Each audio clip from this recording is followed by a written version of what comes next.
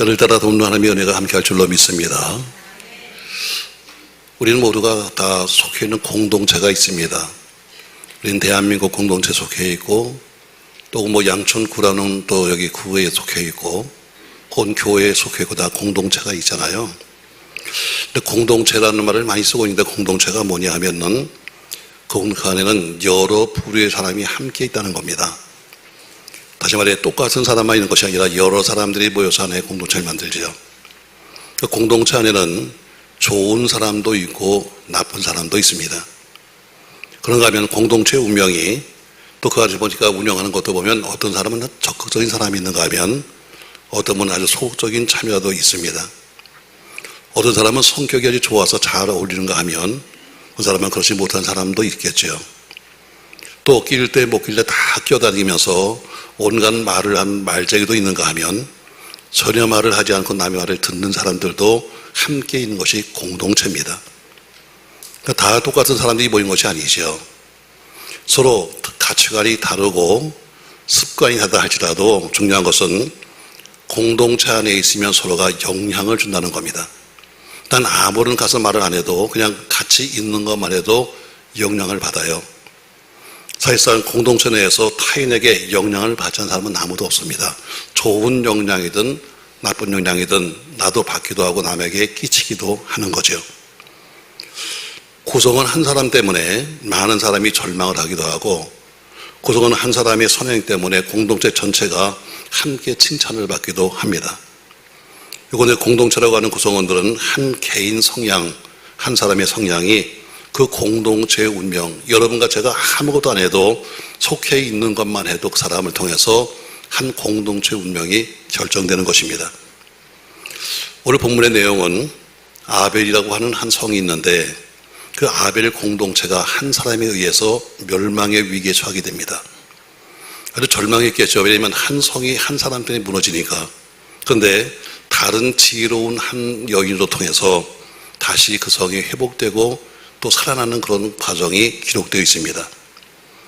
저는 이 사건을 통해서 우리가 모두가 위기입니다 말하고 있는 우리 민족 공동체, 대한민국, 현실적으로 보면 아주 살기 힘들다고 말하고 있는 어지러운 사회 공동체, 늘 사단의 공격을 받고 있는 바로 하나님의 공동체, 교회 공동체, 그 안에서 우리의 역할이 무엇인가 잘 보면서 아무쪼록 여러분과 내 한 사람 때문에 늘 좋은 일이 많기를 주의 이름으로 축복합니다. 전 지금 똑같은 제목으로 이 시대에는 이런 사람이 필요합니다, 이런 제목으로 세 번째 말씀을 하려고 그러는데, 첫 번째 말씀은 충직하게 살다가 죽은 우레아, 지난주에는 바실레아, 그리고 오늘은 아벨성을 구한 한 무명의 지혜로운 여인에 대해서 말하려고 합니다.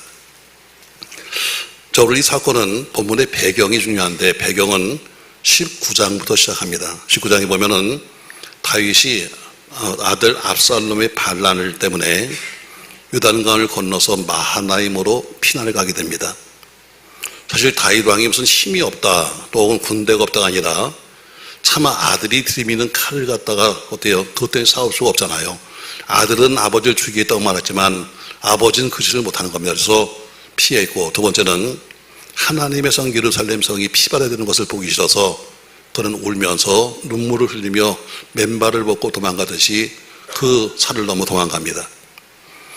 요단 건너서 마하나임에 가 있다가 다윗 왕의 군대가 그 반란을 이제 진압한 다음에 다시 요단을 건너서 예루살렘으로 환궁하는 것이 오늘 문제의 시작이었습니다.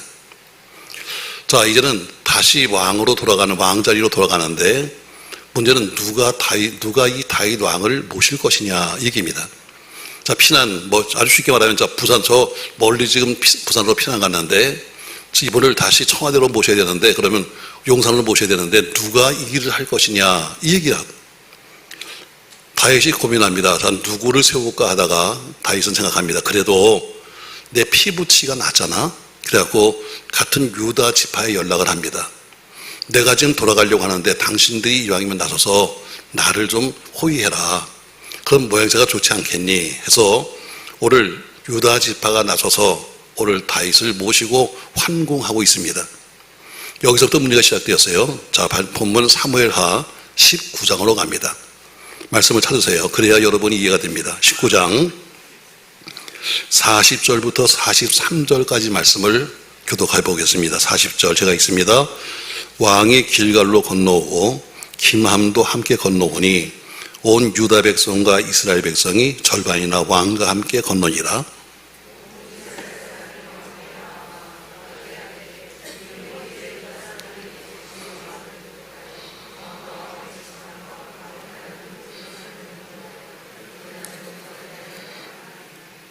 모든 유다 사람이 이스라엘 사람에게 대답하되 왕은 우리의 종친이 까닭이다. 너희가 어찌 이에 대하여 분내느냐? 우리가 왕의 것을 조금이라도 얻어먹었느냐? 왕께서 우리에게 선물로 주신 것이 있느냐?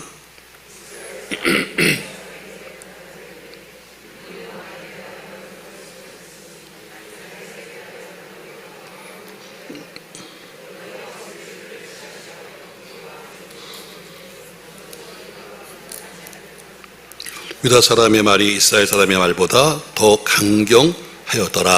아멘. 무슨 얘기냐면 이 얘기입니다. 아주 쉬워요. 지금 현실과 똑같으니까. 자, 오늘 지금 유다 지파가 지금 모시고 왕을 모시고 지금 강을 건넜습니다. 그랬더니 누가 기다리고 있는가 하면 다른 11지파가 기다리고 있는 거예요. 그래서 뭐라고 말하는가? 야, 왜 우리한테 연락 안 했어? 왜 우리한테 연락 안 한 거야? 왜 우리가 의논하지 않은 거야? 하면서 유다 지파를 왜 앞세우고 왜 우리는 부르지 않았냐는 이것이 오늘 문제 시작이었습니다. 아주 쉽게 말하면 이 얘기예요. 왜 영남을 썼어요? 호남은 안 쓰고? 왜 호남 사람을 쓰는 겁니까? 충청도는 안 쓰고? 하는 지금 정치와 똑같은 이야기입니다. 이것들이 불만을 시작한 거예요. 결국에는 왜 유다 지파를 쓰는 겁니까? 아니 지금까지 우리가 지금 당신을 섬겼는데 우리는 뭐예요 도대체? 다윗이 요단을 건너긴 했는데 뜻밖의 그 신정국가의 안정을 휘흔드는 것이 뭐냐면 지파 간의 갈등이 노출되는 거예요. 우리는 신정국가지만 그 적이 어디 있는가 하면 외부에 있지 않았습니다. 신정국가를 무너뜨리는 무서운 적은 그 내부 속에 있다는 사실을 우리가 직시해야 합니다. 신정국가를 분열시키는 그 적은 블레셋이나 아모리 사람 같은 이방 사람이 아니라 바로 백성들 간의 질투와 백성들 간의 다툼이 바로 결국 그 나라를 깨트리는 거예요. 다윗 왕은 유다 지파의 많은 백성이 보호를 받으면서 길갈을 이뤘는데 뜻하지 않게 온 다른 이스라엘 지파들이 와서 반발을 하는 겁니다. 반발 이유가 뭐예요? 이스라엘 정치 주도권을 왜 유다 지파가 쥐고 있느냐? 그것 때문에 걱정스러운 거예요. 지금까지는 우리가 지금 여기서 정치했는데 왜 우리를 정치에서 배제해버리고 왜 유다 지파를 쓰는 거예요? 하지만 에브라임 지파는 지금까지 항상 중심적인 역할을 해왔습니다. 사사시대부터 항상 주도권을 갖고 왔었는데 그러니까 그들은 우월감이 있었어요. 유다 지파 아무것도 아니야. 항상 우리가 주도권에 있었으니까. 근데 이 왕이 유다 지파를 불러서 그를 왕을 모시고 오니까 은근히 어때요? 아하, 우리를 배제하고 저 사람을 쓰나 보다 하는 이런 염려가 결국 오늘 갈등을 만든 거예요. 말들은 다들 잘합니다. 유다 왕, 우리 왕을 갖다 왜 네가 모시는가 하면서 다들 왕을 섬기듯이 왕을 아주 배려하듯이 지금 말했지만 사실은 그 속에 이스라엘 주도권을 장악하기 위한 정치적인 전략이 있다는 것이죠. 그들은 진심으로 왕을 위한 것이 아니었습니다. 진심으로 나를 위했다면 누가 모시고 오든 간에 왕이 왕궁으로 돌아온 것만 해도 아무런 문제가 되지 않는 겁니다. 그러나 이 사건을 계기로 해서 이제 뒤에 20장에 나오는 세바의 반란이 시작됩니다. 지파와 지파 사이 서로가 누가 더 잘났냐고 싸우는 가운데서 거기 또 반란이 시작돼요. 더 나아가서는 이 갈등이 이제 시간이 지나가다가 나중에는 남왕국 북왕국으로 갈라지는 결정적인 요인이 되는 겁니다. 우리는 여기서 몇 가지 역사적인 사건을 봐야 돼요. 교회도 마찬가지로 교회 적은 외부에 있는 것이 아니에요. 항상 내부에 있는 거예요. 교회 보세요. 항상 어렵고 힘들 때 그렇게 코로나니 그렇게 뭐 예배당을 짓고 비슷했을 때는 아무런 문제 없어요. 여러분 그건 다 이겨낼 수 있는데 항상 내부적인 갈등 누가 더 뭐 내가 힘을 가진 거야 이것 때문에 항상 교회는 아픈 거예요. 그리고 그 근본이 뭐예요? 마치 왕을 위하듯이 와서 이야기하지만 그러나 속은 전부 다 자신들의 교만과 자신들의 그 욕심과 자신들의 이름을 내고 싶다는 공명심 결국 그 나라가 쪼개지는 것처럼 교회 내 분열은 결국 나중에 큰 분열을 만들게 되는 거예요. 말은 예쁘게 했어요. 우리가 우리 왕인데, 말은 멋있게 했어요. 좀 더 멋있게 우리가 모실 수 있는데, 그러나 그 속에는 뭐예요? 다른 마음이 있었다는 것이죠. 그리고 결국 이 지파 간의 주도권의 싸움은 또 하나의 이 반란을 만듭니다. 20장 1절 말씀 보세요. 자, 1절과 2절 같이 있습니다. 마침 거기에 불량배 하나가 있으니 그의 이름은 세바인데 베냐민 사람 비그리의 아들이었더라. 그가 나팔을 불며 이르되 우리는 다윗과 나눌 분깃이 없으며 이새의 아들에게서 받을 유산이 우리에게 없도다. 이스라엘아 각각 장막으로 돌아가라며 이에 온 이스라엘 사람들이 다윗 따르기를 그치고 올라가 비그리의 아들 세바를 따르나 유다 사람들은 그들의 왕과 합하여 요단에서 예루살렘까지 따르니라. 자, 오늘 지금 이런 지파 간의 갈등 속에서 갑자기 튀어나온 것이 뭐냐면 오늘 1절에 보니까 불량배 세바라는 사람이 튀어나옵니다. 이 사람은 오히 나타난 사람이 아니에요. 그동안 뒤에서 맨날 불평하고 있다가 양쪽에서 지금 싸우고 지금 11지파가 싸우니까 어때요? 자기가 툭 튀어나오더니 야 내가 이제 왕할 거야 하면서 갑자기 튀어나온 성경 불량배라고 말씀하고 있어요. 오늘 20장 1절에 보니까 하나님의 권위에 도전하고 있는 불량배 세바의 모습이 나오고 있어요. 다윗 실수 많은 사람입니다. 우리가 뭐 성군성군하지만 그러나 그의 일생을 보면 참 실수도 많았어요. 자기의 충직한 자기의 충성스러웠던 그 장수였던 우리아를 죽음으로 몰아넣었죠. 그의 아내를 통간했죠.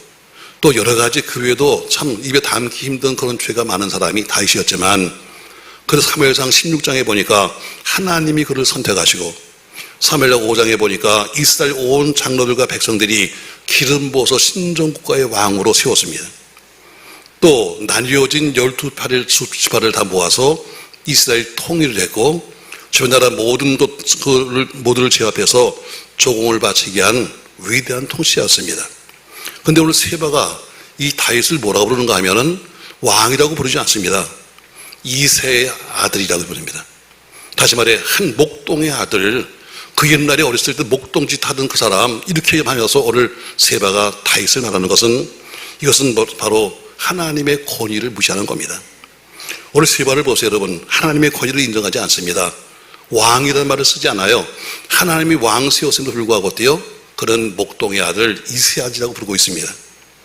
또 자기 생각대로 합니다. 그 세바가 한 번도 기도했다, 한 번도 말씀을 들었다, 한 번도 예를 들은 말은 한마디도 없고 전부 다 어때요? 자기 생각대로만 움직이는 겁니다.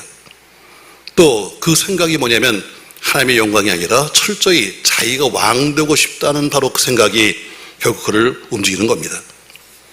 이 모습은 결국 하나님의 나라를 위협하는 요소와 똑같습니다. 하나님의 권위를 인정하지 않는 것, 자기 감정과 생각을 최고의 판단기로 삼는 것, 세상의 영화를 추구하는 헛된 욕망, 하나님 선례보다 인간을 힘을 인지하는 인본주의, 이것이 하나님의 교회들을 흔드는 겁니다. 자, 그러나 결국 세바는 다윗의 군대 패해서 아벨성으로 도주합니다.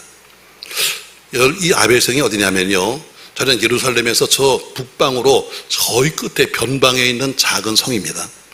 결국 도망가다 이제는 블레셋의 변방까지 도망가서 그 성에 들어가서 진지를 구축하고 이제는 다시 거기서 항거하고 있는 거예요.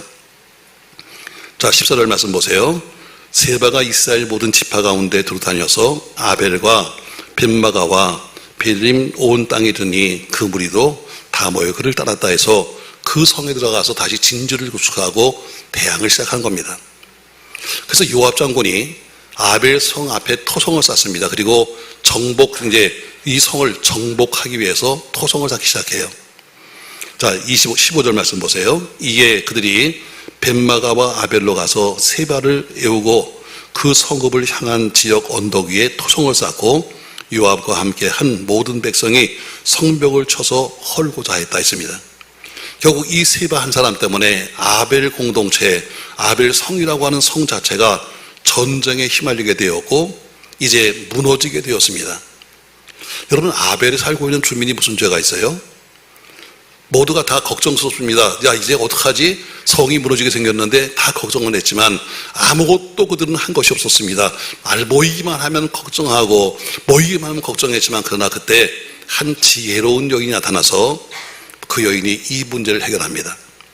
전 여러분과 제가 살아가는 여러분과 저의 공동체 속에 가정 공동체, 교회 공동체, 혹은 사회 공동체 모든 공동체 속에서도 문제를 해결할 수 있는 지혜로운 사람이 되길 주의 이름으로 축복합니다. 걱정하는 사람은 참 많습니다. 근데 걱정만 했지 그 다음에는 행동이 없는 거예요. 자, 우리 어렸을 때 보면요, 그때는 병원 가기가 참 쉽지 않았잖아요. 병원 갈 만큼 돈도 없고 항상 어르신들이 어디요, 다 자기가 처방을 다 합니다. 우리 어머니도 어렸을 때 보면은 배 아파, 야, 활명수 먹어라. 머리 아파, 뇌신 먹어라. 처방 다 합니다. 그리고 어떻게 그다음엔 되게 아파 죽습니다. 왜? 처방을 자기가 다 하니까. 처방은 우리가 할 수 있는 게 아닙니다, 여러분. 우리가 아프면 병원 가야 되고 약은 약사에게 짓는 겁니다. 이거 어디서 많이 듣던 건데. 자, 그럼 오늘 이 지혜로운 여인이 뭘 어떻게 했습니까, 여러분? 자, 오늘 보세요. 결국 이 세바 한 사람이 결국 이 아벨이라고 하는 성 전체를 무너뜨렸다는 겁니다. 자, 다윗을 반역한 세바가 아벨성으로 피난 갔어요. 거기를 거점으로 대항을 시작합니다. 군사적으로 우세했던 요압의 군대가 와서 그를 토벌하기 위해서 성 주변에 토성을 쌓습니다. 높은 성을 쌓는 거예요. 그리고 아벨성 전체를 초토할 계획을 세웠습니다. 아벨성은 최대 위기를 맞이했습니다. 마치 여리고 성처럼 무너지게 생긴 겁니다. 모든 위기의 원인은 딱 한 가지예요.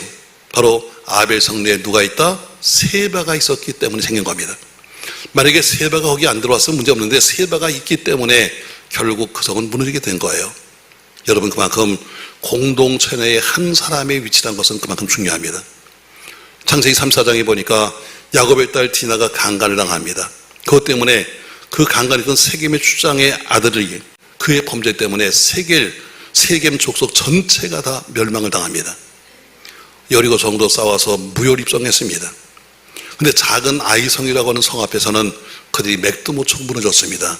이유는 한 가지, 아간이라는 사람의 범죄 때문입니다. 그처럼 공동체의 한 사람 때문에 무너지는 사실을 우리가 수없이 볼 수 있습니다. 그러나 이 피해는 본인 한 사람이 아니라 아벨성 전체가 다 같이 피해를 본다는 사실입니다. 여러분, 여러분의 속해 있는 공동체는 안녕하십니까? 여러분의 사업 공동체는 안녕하시고 여러분의 가족 공동체는 안녕하신가요? 다 껍데기는 다 멀쩡합니다. 근데 어때요? 과연 지금 밖으로 보이는 성은 멀쩡하게 보이지만 그러나 어느 한 사람 때문에, 어떤 일 때문에 혹시 여러분 피곤하고 힘든 건 아닙니까? 오늘 항상 문제가 어디 있는가를 알아야 합니다. 오늘 민족 공동체, 혈연 공동체, 신앙 공동체, 사회공동체까지, 아니 우리 가족까지 돌아보는 우리 모두가 되기를 주의 이름으로 축복합니다. 그래서 원인을 찾아야 합니다. 원인. 여러분, 병원 가보면요 항상 묻잖아요. 어디가 아파서 왔어요? 어디가 아파서? 도대체 당신이 아픈 이유가 뭐예요? 여러분, 원인만 나오면 웬만한 거 고칠 수 있어요. 근데 원인을 모르면 못 고치는 겁니다. 어디가 아픈지 도대체 시작이 뭔지를 알아야 되는데 시작을 모르면 여러분 소용없는 거예요. 그처럼 오늘 이 아벨성은 어때요? 세바라고 하는 한 사람 때문에 결국 이 성이 무너지는 거죠. 자, 그런데 보니까 두 번째 보니까 지혜로운 여인이 나타나서 이 공동체를 살립니다. 자, 세바를 비롯한 반란군 때문에 아벨성은 풍전등화의 위기에 처했습니다. 요압 장군이 와서 지금 앞에서 지휘하고 있는데 그를 설득할 만한 사람이 없습니다. 또 다들 걱정은 했습니다. 그 성에도 성이 있으니까 성주가 있을 것이고, 그 성이 있으니까 그 속에 장로가 있을 것이고, 그 속에 어디에 방백들이 있을 것이고, 그렇게 많은 사람이 있었지만 다 똑같이 큰일 나서 우리 성이 무너지게 생겼냐고 말은 했지만 한 명도 해결할 수 있는 방법을 찾지 않았습니다. 그 성이 함락되는 마지막 순간까지 한 사람도 무슨 방법을 찾거나 혹은 방책을 구하지 않았습니다. 그냥 양쪽 눈치를 보면서 오늘 쳐들어오나 내일 쳐들어오나 서로 눈치를 보면서 어쩔 바를 몰랐습니다. 이때 성경은 한 지혜로운 여인이 이 성을 구원했다고 말씀합니다. 바로 풍전등화의 문명에 있는 이 성은 바로 이름 없는 한 무명의 지혜로운 여인이 구합니다. 자, 16절 말씀 보세요. 16절 그 성읍에서 누가 있었다? 지혜로운 여인 한 사람이, 그 지혜로운 여인 한 사람이 이르되 들을지어다 청하건대 너희는 요압에게 이르기를 이리로 가까이 오라. 내가 내게 말하려 한다 해서 너희는 들어라. 요압 장군에게 좀 전해달라. 내가 요압 장군을 만나고 싶다 하면서 오늘 한 지혜로운 여인이 성벽 위에서 소리칩니다. 요압 군대가 성을 치료하는데 성 안에서는 아무도 나오지 못했는데 이때 협상을 위해서 한 지혜로운 이름 모르는 한 여인이 섯을 씹어놓은 요압 장군의 이름을 부르는 겁니다. 7절 말씀, 요압이 그 여인에게 가까이 가니 여인이 이르되 당신이 요압이니까 대답하되 그러하다 아니라 여인이 그에게 이르되 여종의 말을 들었소하니 대답하되 내가 들으리라 하니라. 여인이 말하여 이르되 옛사람들이 흔히 말하기를 아벨에 가서 물을 것이다 하고 이 일을 끝냈나이다. 그 여인이 요압에게 말합니다. 예로부터 이 성은 지성인이 많기로 유명한 성입니다. 그래서 항상 송사가 있거나 무슨 일이 있을 때마다 마지막 협상을 할 때는 항상 이 성에 와서 물어봐라 할 정도로 지혜로운 사람이 많은 성이 이 성입니다. 그런데 이 성이 세바라고 하는 한 사람 때문에 무너지거나 없어질 만한 성이 절대로 아닙니다. 왜 지성인이 많은 그 성이 세바 때문에 우리가 무너져야 되는 겁니까? 그럴 수 없습니다 하면서 오늘 요압에게 말하는 것입니다. 그런 말합니다. 우리 이 성에 살고 있는 백성들은 세바는 아무런 관계 없습니다. 우리는 평화를 원하고 있고 다윗에게 충성하고 있고 우리는 평화를 원하는 사람들입니다 하면서 오늘 그 요압을 설득합니다. 그러나 이 말은 그 여인의 이야기가 아니라 그것이 바로 아벨성의 사람들의 이야기였고 진실이었습니다. 그 일 말합니다. 우리 아벨성에는 소란을 피우거나 선동하는 사람은 한 명도 없습니다. 왕께 충성하고 있고 서로 봉사하고 있고 평화를 사랑하는 사람들입니다 하면서 뭐라고 하는가? 이 성은 이스라엘의 어머니 같은 성이요, 하지만 부모 같은 성이라는 거예요. 또 이 성은 하나님의 기업 중의 일부입니다 이렇게 말합니다. 근데 이 성을 파괴하는 것은 결국 하나님의 택함받은 기업을 약화시키는 것입니다 이렇게 말합니다. 자, 19절 말씀 보세요. 19절 같이 한번 읽습니다. 나는 이스라엘에 화평하고 충성된 자 하나이거늘 당신이 이스라엘 가운데 어머니 같은 성을 멸하고자 하신로다. 어찌하여 당신이 여호와의 기업을 삼키고자 하나이까 하면서 요압을 오히려 질타합니다. 이 성이 뭘 잘못했습니까? 우리 백성이 뭘 잘못했습니까? 도대체 당신이 이 성을 봐서 우리를 다 없애려는 이유가 뭡니까? 하면서 여기는 하나님의 기업이라고 비치고 있는 겁니다. 거기 여인의 질타에 요압이 응답을 합니다. 20절 말씀 보세요.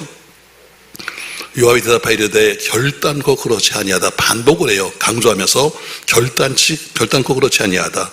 삼키거나 멸하거나 하려 함이 아니니 그 일이 그런 것이 아니니라. 에브라임 산지 사람 비그리 아들 그의 이름은 세바라 하는 자가 손을 들어 다윗 왕을 대적하였더니 너희가 그만 내주면 내가 이 성벽에서 떠나가리라 하니라. 여인이 요압에게 이르되 그의 머리를 성벽에서 당신에게 내어 던지리라 이렇게 말합니다. 결국 세바의 목숨이 이 성을 구원하게 될 것이다 하는 그 일에 요압과 이 여인이 서로 합의가 이루어지는 겁니다. 사실 요압 장군은 지금 입지가 별로 안 좋아요. 왜냐하면 사사로운 감정 때문에 앞에서 아마샤라고 하는 장군을 죽였습니다. 그것 때문에 별로 입지가 안 좋고 지금 더 많은 피를 흘려서 이 작은 성을 하나 무너뜨린다 할지라도 별로 그렇게 칭찬 들을 만한 일도 아니었습니다. 그래서 요압은 우리 결단코아니라는 것을 반복하면서 절대로 나는 너희 성을 멸하거나 하는데 목적이 있지 않아 이렇게 말합니다. 결국 우리의 싸움의 대상은 당신들이 아니야. 우리 싸움의 대상은 그 성이 아니라 너희 가운데 숨어있는 세바야 이렇게 말합니다. 그러니까 그만 내주면 전쟁은 끝나. 결국 사건은 화해로 끝나게 되었습니다. 평화의 조건은 단 한 가지였습니다. 세바만 내주면 되는 겁니다. 22절 말씀, 이에 여인이 그의 지혜를 가지고 모든 백성에게 나아가매 그들이 비그리 아들 세바의 머리를 베어 요압에게 던지니라. 이에 요압이 나팔을 불매 무리가 흩어져 성읍에서 물러나 각기 장막으로 돌아가고 요압은 예루살렘으로 돌아와 왕에게 나가니라. 결국 한 여인의 지혜로 아벨성은 구원을 받았고 세바의 반란은 진압되었습니다. 비록 무명의 여인이었지만 그러나 연약한 몸이었지만 남들이 하지 못하고 멸만무성하게 이거 어떡하면 좋지, 이성이 망하게 생겼냐는 이 말 속에서 그 아벨성을 구한 것은 바로 그 여인의 지혜였다. 뭐라고요? 지혜였다. 여러분과 제가 지혜로워야 합니다. 성경은 지혜의 중요성을 강조하고 있어요. 자, 잠언서 24장 3절 말씀 같이 한번 읽겠습니다. 집은 지혜로 말미암아 건축되고 명철로 말미암아 견고하게 되며 또 방들은 지식으로 말미암아 각종 귀하고 아름다운 보배를 채우게 되니라. 아멘. 자, 그럼 성경이 말하고 있는 지혜가 뭐예요? 오늘 지혜로운 여인이 나왔으니까 제가 부수적으로 지혜를 좀 짧게 짚고 넘어갈게요. 성경이 말하고 있는 지혜가 뭐냐? 지혜는 여호와를 경외하는 것이 지혜다. 우리가 배우는 말씀이죠. 늘 아는 것처럼 하나님을 경외하는 것이고 지혜입니다. 잠언서 1장 7절 말씀 같이 읽겠습니다. 여호와를 경외하는 것이 지식의 근본이오늘 미련한 자는 지혜와 훈계를 멸시하느니라. 아멘. 지혜로운 여인은 자신의 성 아벨성을 여호와의 교회로 부르었습니다. 이게는 뭐냐면 그 여인이 하나님을 경외하고 있다는 거예요. 결국 하나님을 경외하는 것이 지혜의 시작입니다. 자, 그러나 지혜는 개념적인 것이 아닙니다. 지혜는 실천적인 겁니다. 지혜는 머릿속에 있는 것이 아니라 지혜는 행동 속에 있는 겁니다. 자, 참된 지혜라는 것은 진리를 행하는 거고 실천하는 겁니다. 머릿속에 아무리 좋은 게 있어도 머릿속에 있으면 죽은 겁니다. 믿음이 아무리 믿음이 떠들고 다녀도 믿음이 마음속에 있으면 죽은 겁니다. 믿음은 행동으로 보여줘야 합니다. 오늘 본문에 나오는 이 여인은 행동하는 지혜자입니다. 결국 하나님의 기업이 망가져서는 안 됩니다. 하나님의 성이 깨져서는 안 됩니다 하는 것으로 만족한 것이 아니라, 아는 것이 아니라 그것을 구하기 위해서 몸소 모두가 다 그 손 놓고 있을 때 몸소 행동으로 보이는 것이지요. 지혜를 주로 다루고 있는 잠언서에 보면은 여러 가지 실질적인 실천적인 측면을 강조합니다. 잠언서 10장 1절 지혜로운 아들은 아벨을 기쁘게 하며, 잠언서 12장 7절 지혜로운 자는 의를 말하며, 12장 10절 육축의 생명을 돌아보며, 12장 24절 부지런하며, 13장 6절 정직하며, 14장 22절 선한 것을 도모한다 해서 지혜는 아는 것으로 끝난 것이 아니라 행동으로 옮겨지는 겁니다. 전 여러분이 아는 것이 행동으로 옮겨지기를 주의 이름으로 축복합니다. 아무리 공부를 많이 해서 머릿속에 있어도 답을 못 쓰면 소용없는 겁니다. 머릿속에 모든 걸 다 알고 있어도 여러분 가서 쓸 줄 모르면 소용없는 것처럼 지혜는 뭐예요? 머릿속에 있는 것이 아니라 실천적으로 보여지는 겁니다. 참된 지혜의 개념은 현실적입니다. 오늘 본문의 지혜로운 여인 보세요. 그는 공허하거나 추상적인 지혜가 아니었습니다. 이 여인의 지혜는 위기에 처한 성을 구하고 이웃을 돕는 현실적인 지혜였습니다. 바울 때도 마찬가지로 그 헬라 철학자들이 모이면 서로 앉아가지고 그냥 헬라의 예, 신화를 이야기하고 신앙과 아무런 관계없는 이야기를 자꾸 하니까 바울은 골로새 2장 8절에서 이렇게 비난하고 있습니다. 누가 철학과 헛된 속임수로 너희를 사로잡을까 주의하라. 이것은 사람의 전통과 세상의 초등학문을 따르며 그를 따름이 아니라 하면서 지혜는 현실적이다 이렇게 말합니다. 또 잠언서에 보니까 참된 지혜는 올바른 인간관계의 측면에서 말하고 있습니다. 잠언서 14장 1절에 보니까 지혜로운 여인은 자기 집을 세우되 미련한 여인은 자기 손으로 그것을 뭐한다? 허한다. 역사님이 말하세요. 지혜로운 사람은 집을 세우는데 한번 얘기해보세요. 알려주세요. 좀 얘기하세요. 자, 지혜로운 사람은 집을 뭐 한다고요? 세운대. 또 반대로 얘기하세요. 미련한 거는 집을 허문대. 맞습니다, 여러분. 지혜로운 여인은 자기 집을 세우지만 미련한 여인은 세워진 집을 자기 손으로 허는 사람이 바로 미련한 사람입니다. 잠언서 19장 6절 말씀, 너그러운 사람에게는 은혜를 구하는 자가 많고 선물 주기를 좋아하는 자에게는 사람마다 친구가 된다 이렇게 말합니다. 사랑하는 성도 여러분, 참된 지혜는 서로 올바른 인간관계에서부터 시작되는 겁니다. 이제 가을이 돼서 저희도 전도대 갔다 다시 이제 전도를 시작해야 되니까 제가 전도 물품이 뭐가 좋을까 뭐 여러 가지 뭐 건빵도 써보고 혹은 뭐 여러 가지 써보는데, 그래서 제가 어떤 게 좋을까요 하고서는 하다 보니까 우리 교단 신문에 이런 게 나왔더라고요. 어떤 사람이 만화를 그려놨어요. 근데 거기서 어떤 사람이 묻더라고요. 그 주인한테 물어요. 요새 전도 물품이 뭐가 좋습니까? 했더니 디올 이렇게 써 있더라고요. 물론 웃자는 얘기지만 그건 어때요? 세상이 변했어요, 여러분. 이제는 세상과 서로 우리가 살기 때문에 세상에 나오는 세상의 만화가 뭐예요? 이제는 전도할 때 뭘 주면 사람들이 오겠냐니까 이제는 가방을 주대. 명품 가방을, 그것도 디올로. 세상에 참 별거 다 해요. 그거 한참 제가 씁쓸했어요. 여러분, 말씀을 좀 정리해 볼게요. 여러분, 오늘 세바의 반란의 시작이 뭐냐면 갑자기 사람이 나온 게 아닙니다. 패가름입니다. 서로 어때요? 유다 지파는 다윗이 우리 지파야 하는 우월성, 또 다른 지파는 어때요? 우리가 지금까지 장악하셨는데 하는 여기서부터 시작한 패가름, 뭐 서로 영남, 충남, 무슨 뭐 혹은 전라도 하는 이런 것 때문에 싸우다 보니까 서로 정치 주도권을 잡겠다고 하는 갈등 속에서 생겨난 것이 뭐냐면 오늘 바로 세바라고 하는 불량배라고 되어 있어요. 그러니까 결국엔 시끄러우니까 그 속에서 어떻게 불량배가 나타나가지고 그가 득세하는 거예요. 그 사이에서 자기 세력을 잡아오겠다 나타났던 펠리나 세바의 선동으로 세바의 난은 시작됩니다. 그러나 강한 요압의 군대에 밀려서 아벨성으로 도주하게 되고 거기서 재기를 노리는데 요압의 군대가 터볼 작전을 전개합니다. 자, 작전이 개시되면 세바의 반란뿐만 아니라 그 성에 있는 모든 에면 아벨성에 있는 모든 주민들이 함께 무너지게 될 것이고 화를 당할 것입니다. 모두가 다 걱정합니다. 우리는 아무런 죄가 없는데 왜 우리가 이렇게 무너지는 거야 했지만 결국 이 위기 속에서 지혜로운 한 여인을 통해서 다시 평화를 찾았다는 것이 오늘 본문 내용입니다. 지금 시대가 위기 상황입니다. 나라도 위기, 정치도 위기, 경제도 위기, 또 그 위기는 여러분의 가정도 위협하고 있고 하나님의 나라인 교회도 피해갈 수가 없습니다. 그러나 다들 걱정만 합니다. 힘들대, 안 된대. 어떤 분은 그래요. 에휴, 이민 가버리지 뭐 하고 외면하고 싶다고 말합니다. 그러나 여러분, 외면한다고 해서 여러분과 제가 피할 수 있는 것이 아닙니다. 이런 풍전등화의 위기 속에서 지혜로운 한 여인을 통해서 아벨성의 온 백성이 구원을 받게 되고 평화를 회복했습니다. 전 여러분이 속해 있는 모든 공동체가 평안하시기를 예수님의 이름으로 축복합니다.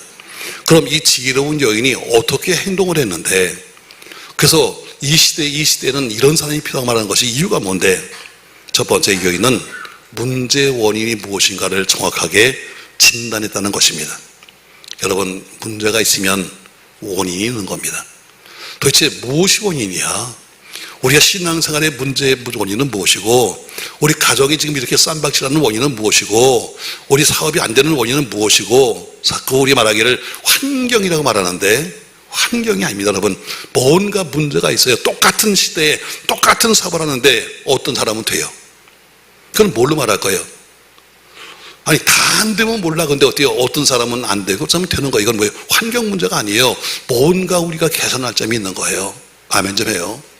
자꾸 핑계대. 뭐 코로나 때가 어쨌고, 무슨 뭐 정치가 어떤데. 여러분, 다 똑같이 우리 거기 살잖아, 지금. 교회도 마찬가지예요. 자꾸 교회가 핑계를 댑니다. 뭐가 힘들어서, 그래도 되는 교회는 되는 거예요. 우리는 자꾸 핑계를 대는 겁니다. 오늘 여인이 뭐예요? 도대체 당신들이 이 성을 지금 무너뜨리는 이유가 뭡니까? 정확히 알잖아요. 바로 원인을 파악해야 돼요. 그럼 원인을 파악하면 뭐예요? 원인 때문에 누구 때문에가 아니라 다면은 문제 해결 방법을 찾아야 돼요. 그리고 그 여인은 어때요? 가서 그것을 가지고 설득했어요. 중재했어요. 우리 성은 무너질 성이 아닙니다. 당신이 원하는 것이 무엇입니까? 제가 그걸 하겠습니다 하면서 서로 중재하고 서로 설득이 있다는 거예요. 세 번째, 아무리 요압을 설득했다 할지라도 백성들이 움직이지 않으면 소용없는 거예요. 세 번째 보니까 가서 백성들을 설득해서 결국 세바를 내줬다는 겁니다. 네 발을, 세 발을 내주는 순간에 전쟁은 끝나고 모든 사람들은 다 군대는 돌아갔다는 거예요. 결국 이 모든 것이 하나님을 경외하는 지혜로부터 시작된 겁니다. 여러분, 하나님의 지혜로 현실을 잘 이겨내는 행동하는 신앙인. 무슨 신앙인? 행동하는 신앙인. 말만 하는 신앙인 말고 행동하는 신앙인 꼭 되시기를 주의 이름으로 축복합니다. 어떤 사람이 올려놓은 거 보니까 이렇게 되더라고요. 자, 젊은 사람이 와서 상담합니다. 저 이번에 결혼하려고 그러는데요. 참, 근데 사람이 둘이나 있어요. 근데 어떤 사람과 결혼하면 좋을까요? 그래서 난 참 복도 많다. 어떻게 둘이나 있냐? 했더니 어떤 사람인데 했더니 한 사람은요, 아주 이뻐요. 근데 한 사람은 좀 못생겼어요. 근데 이 사람은 말을 이쁘게 해요. 여러분, 얼굴이 이쁜 사람이 좋은 거야? 말이 이쁜 사람이 좋은 거야?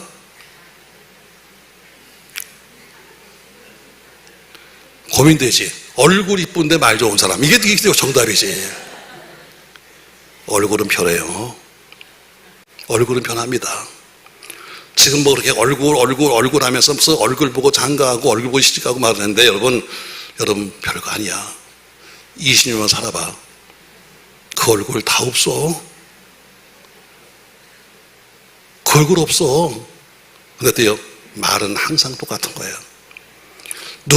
당장 눈에 보이는 얼굴이 아니라 늘 끝까지 갈 말 잘하는 사람이 중요한 거예요. 신앙도 마찬가지예요. 눈앞에 반짝반짝 보이면서 무슨 내가 뭐 했다 이런 사람보다는 늘 이쁘게 신앙적으로 말하는 사람이 이쁜 사람이에요. 전 그렇게 됐으면 좋겠어요. 아멘.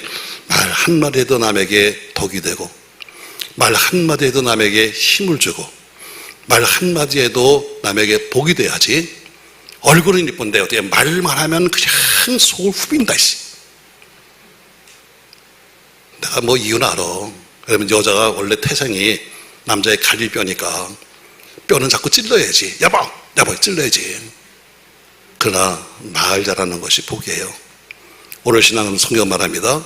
걱정만 하면서 다들 잊지 말고 오늘 한 여인 때문에 성이 구한 것처럼 여러분이 그런 지혜로운 사람이 되어서 여러분 가정도 여러분의 생업도 여러분의 믿음도 구원하기를 예수님의 이름으로 부탁합니다.